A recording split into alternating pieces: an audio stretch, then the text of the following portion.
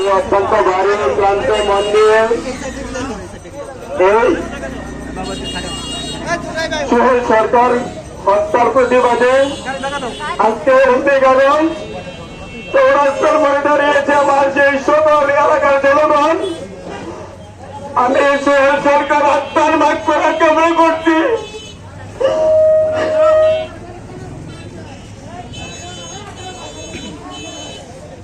আমার মাটি থেকে যে অন্যায়ভাবে হত্যা করেছে এই চারজনে আসামি ধরা পড়েছে।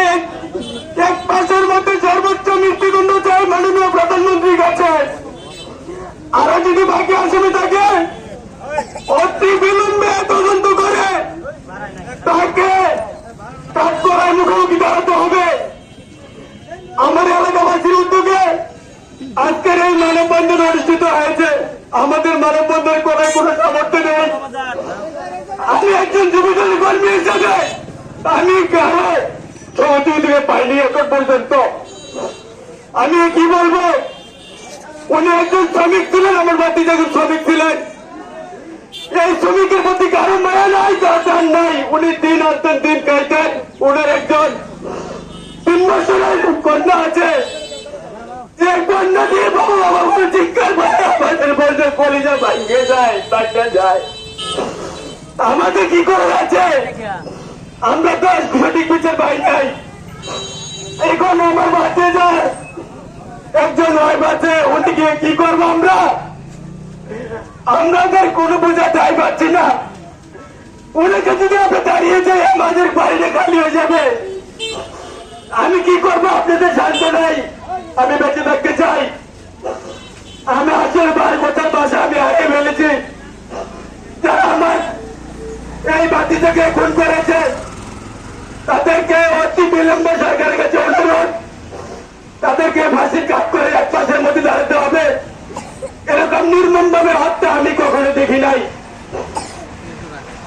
আমার ভাতিজা, আমার যে একমাত্র ভাতিজা ছিল, ওনাকে আমি লালন পালন করেছি বলে আমার এত মহব্বত। আমার বড় মেয়ের 3টি সন্তান, 1টি মেয়ে, 2টি ছেলে সন্তান। ওনারা 2টি ভাই একসাথে চলাফেরা করত, কিন্তু 1টি ভাই ক্যান্টিন পাম খুনিরা হত্যা করে ফেলেছে। এখন তো একজন একা হয়ে গেছে।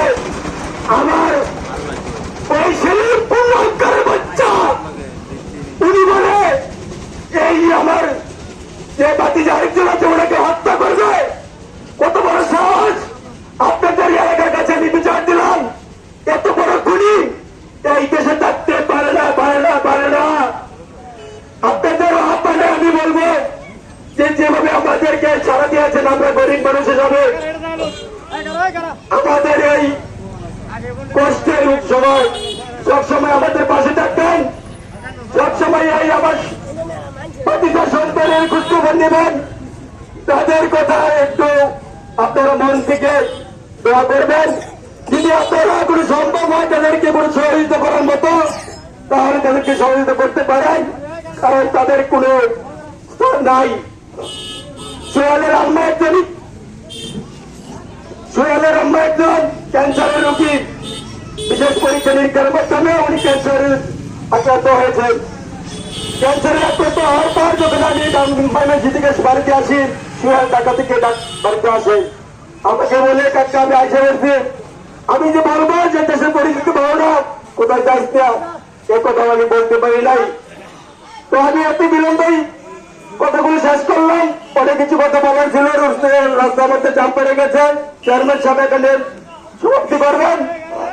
আমার বাতিজার যে বউ, উনার পাশে আপনারা দাঁড়াবেন, আমার নাতিদের কাছে দাঁড়াবেন। এই বলে আমি কথা শেষ করলাম। আসসালামু আলাইকুম।